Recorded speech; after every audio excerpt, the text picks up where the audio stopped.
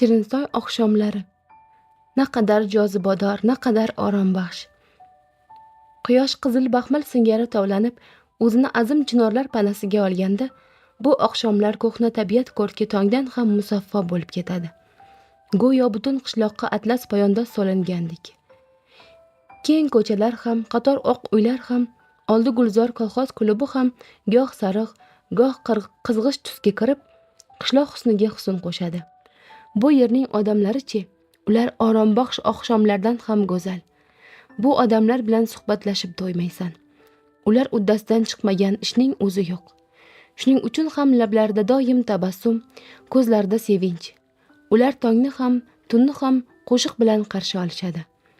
Qishloq qizlarining sho'x, o'ynoqi yallalarini eshitsang, Shohimardonning shifobaxsh buloqlaridan to'yib suv ichgandek bo'lasan.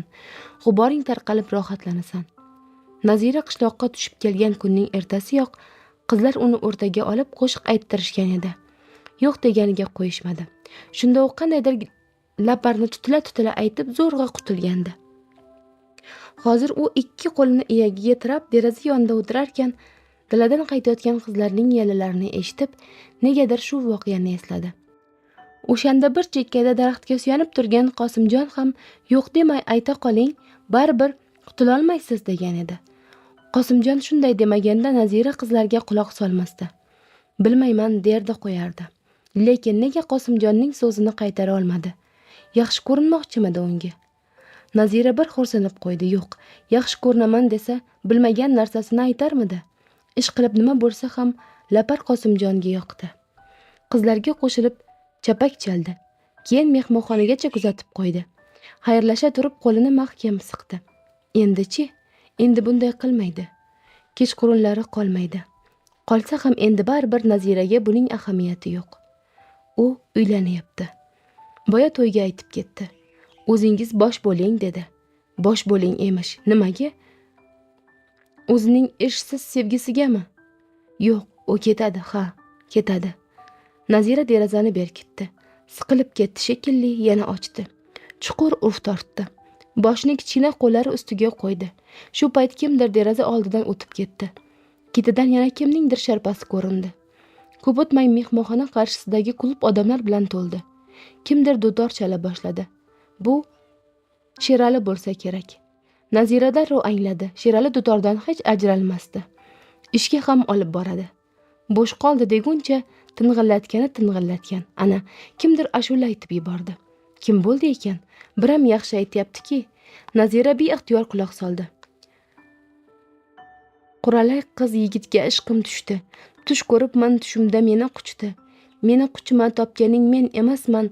Va'dasi yo'q yigitni yor demasman. Va'dasi yo'q yigitni yor demasman. Va'da berganmidi?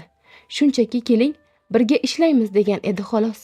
Birgina shu gapi bilan kelaverdimi? Nazira oldida turgan Qosimjonning suratiga tikildi va beixtiyor xayol surib ketdi. Qosimjon institutni bitirayotganida Nazira 4-kursda edi.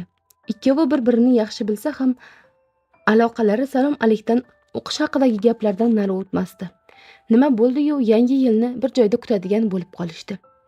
O'shanda qora kostyumini yaxshilab dazmollab, birinchi marta galstuk taqqan, qo'ng'ir sochlarini chap tomonga tekis qilib taragan Qosimjon Naziraga juda boshqacha bo'lib ko'rindi. Qo'l berib ko'rishganda esa yuragi jiz etib ketdi. O'tirish avji qizigan payti Qosimjon hazil aralash, "Uylansam Naziradek qizga uylanaman" deb yubordi.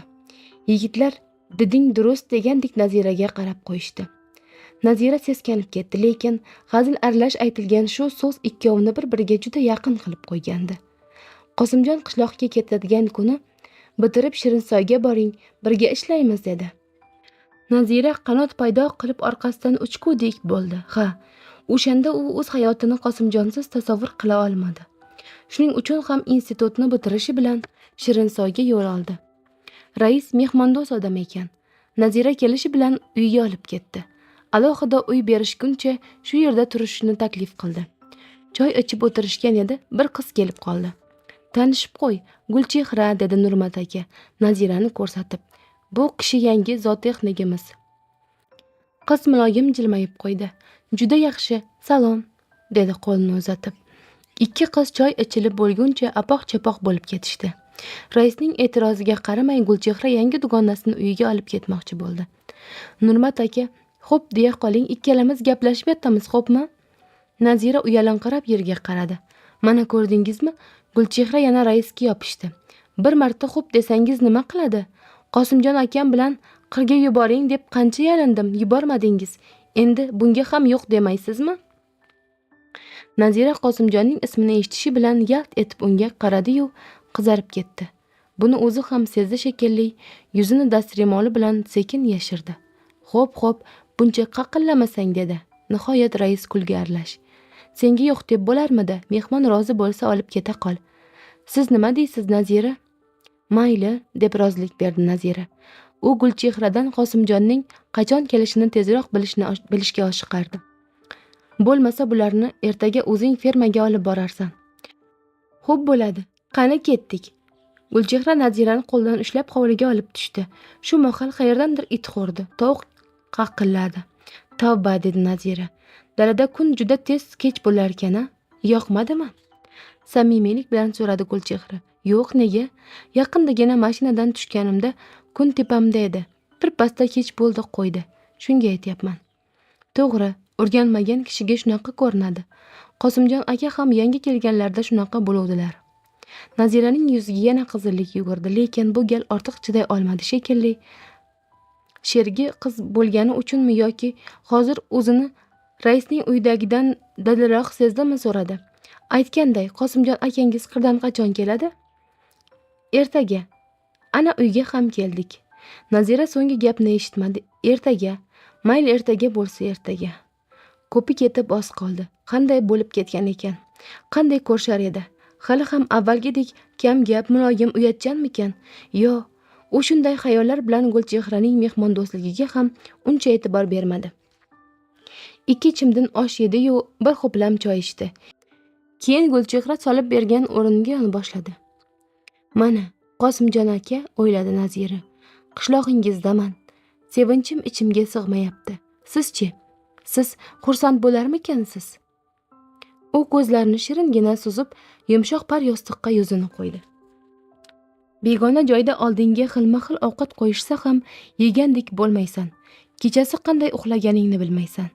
Shuning uchun bo'lsa kerak Nazira dugonasidan oldin g'ira-shirada uyg'ondi. Tizzalarini ko'rpaning ustidan quchoqlab, birinchi mehnat kunining qanday bo'lishini, Qosimjon bilan qanday uchrashishni o'ylab ketdi. U ishdan qo'rqmasdi.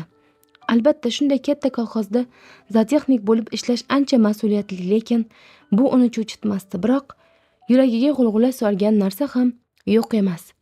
Qosimjon uni qanday qarshi olar ekan? Orzulari ro'yobga chiqarmikan? Tong yorishganda 2 qiz fermaga kirib kelishdi. Bu yerda allaqachon ish boshlangandi. Birov xashak tashigan, birov sigir sug'organ. Katta ferma hovlisining o'rtasida 2 ta sut tashiydigan mashina turibdi. Yonida qator-qator bidonlar. Nazira alang-jalang hamma narsaga suq bilan qaraydi. "Nazira!" Kimdir to'satdan chaqirib qoldi. Nazira bu ovozni tanidi. Tanidi-yu, yuragi shuv etib ketdi. Turgan joyida qotib qoldi. "Salom. Kechirasiz, kecha qirda edim. Kutib ololmadim." Nazira orziqib kutgan kishisi oldida qanot paydo qilib uchib kelgan, yuragiga yaqin odami paydo bo'lib qolganini, avval uning keyin kulib turgan Gulchehraning qo'lini siqqanini bilmay qoldi. Qosimjon ularni xonaga boshlab kirganda Nazira o'ziga keldi, biroq hali ham boshini ko'tara olmay yer ostidan Qosimjonga qaradi. "Tinch yuribsizmi?" "Rahmat. Bu yerda tinch yurib bo'ladimi? Bir kun ham boshingiz g'alvadan chiqmaydi. Ish. Qo'ying", gapga aralashdi Gulchehra. "Bu kishini xaltdan cho'chitmang. Nazira qo'rqadiganlardan emas. Undan keyin shu yerda ishlaydigan bo'lsalar, g'alva tashvishlarimizga sherik bo'lsinlar-da." Uchovlari ko'rib yuborishdi. Shu payt telefon jiringlab qoldi. Qosimjon go'shakni oldi. "Labbay. Salom Nurmat aka. Ha, shu yerdaman. Shu yerda o'tiribdilar." Qosimjon Naziraga qarab jilmayib qo'ydi. "Ha, endi ko'nikib ketadi, xudo xohlasa." "Xo'p, hozir." Qosimjon go'shakni qo'ydi. "Rais sizga salom dedilar." "Rahmat. Men hozir idoraga borib kelaman. Keyin bafurja gaplashamiz." Ungacha Gulchehra bilan fermani aylaninglar. Yangi apparatlarni ko'ringlar. Qosimjon qandaydir papkani olib chiqib ketdi. Nazira yengil nafas oldi. Unga Qosimjonning shu topda ketgani yoqdi. Firmaning ishlari bilan yaxshilab tanishib oladi. Bo'lmasa, qulog'iga gap kirarmidi? Lekin shu kuni Qosimjondan darak bo'lmadi. Gulchehra bilan firmani aylanar ekan, eshik tomonga qarab oladi. Qani endi kelsa. Uzoqdan bir ko'rinib ketsa ham mayli edi. Naziraga hozir shu ham kifoya qilardi. Ishi ko'p dedi o'zicha. Yangi tug'ilgan buzoqlarni ko'rishayotganda bechora tinib tinchimaydiganga o'xshaydi. Bularda hech tinim yo'q, qizishib gapirdi Gulchehra. Sigirlardan ham ko'ra bularga ko'p qaraymiz. Shunday qilmasangiz ham bo'lmaydi. Hammasi zotli. Firmani shular hisobiga kengaytiramiz. Qosimjon akam ham har kuni 2 mahal shu yerga kirib ketmasalar, ko'ngillari joyiga tushmaydi. Raisni aytmaysizmi? U kishi ham shunday. Kolxozning bo'linmas fondi emish bular. Nazira beixtiyor jilmaydi. Shunday yonginasidagi quloqlarini dikkaytirib, oppoq tilini cho'zib turgan ola buzoqning boshidan siladi. Ishi ko'p.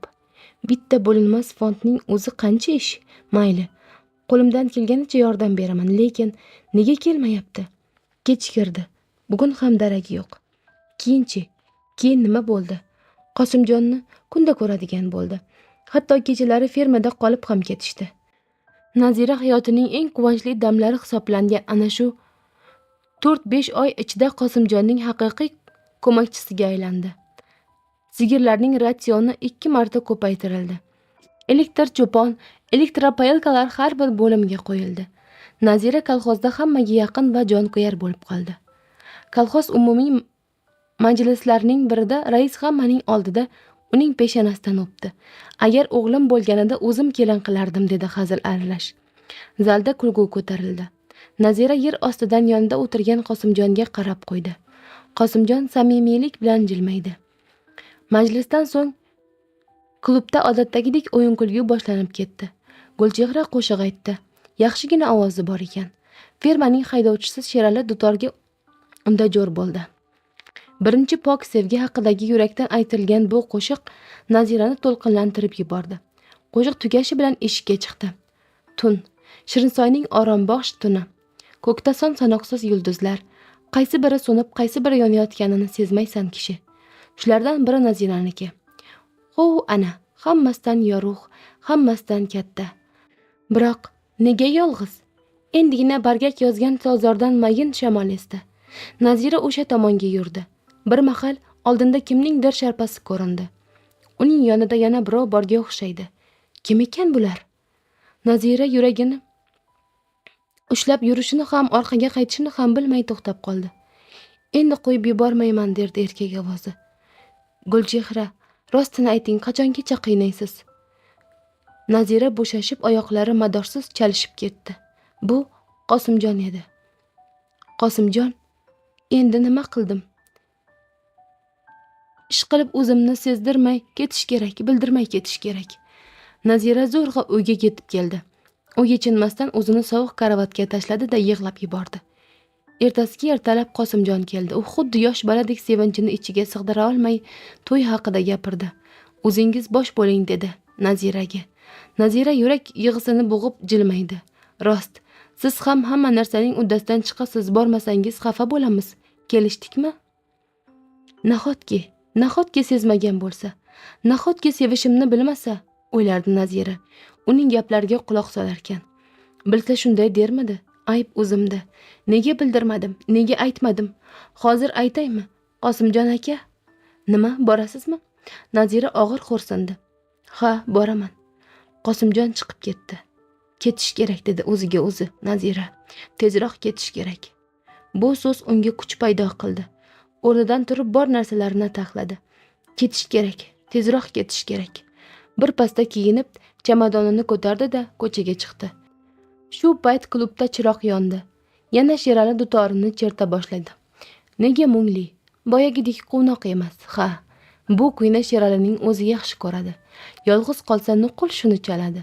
Qiziq, nahotki u ham Naziraga o'xshasa. Nazira katta yo'lga chiqquncha hech kimni uchratmadi. U yengil nafas oldi. Markazga hali yiroq, lekin hech qisi yo'q.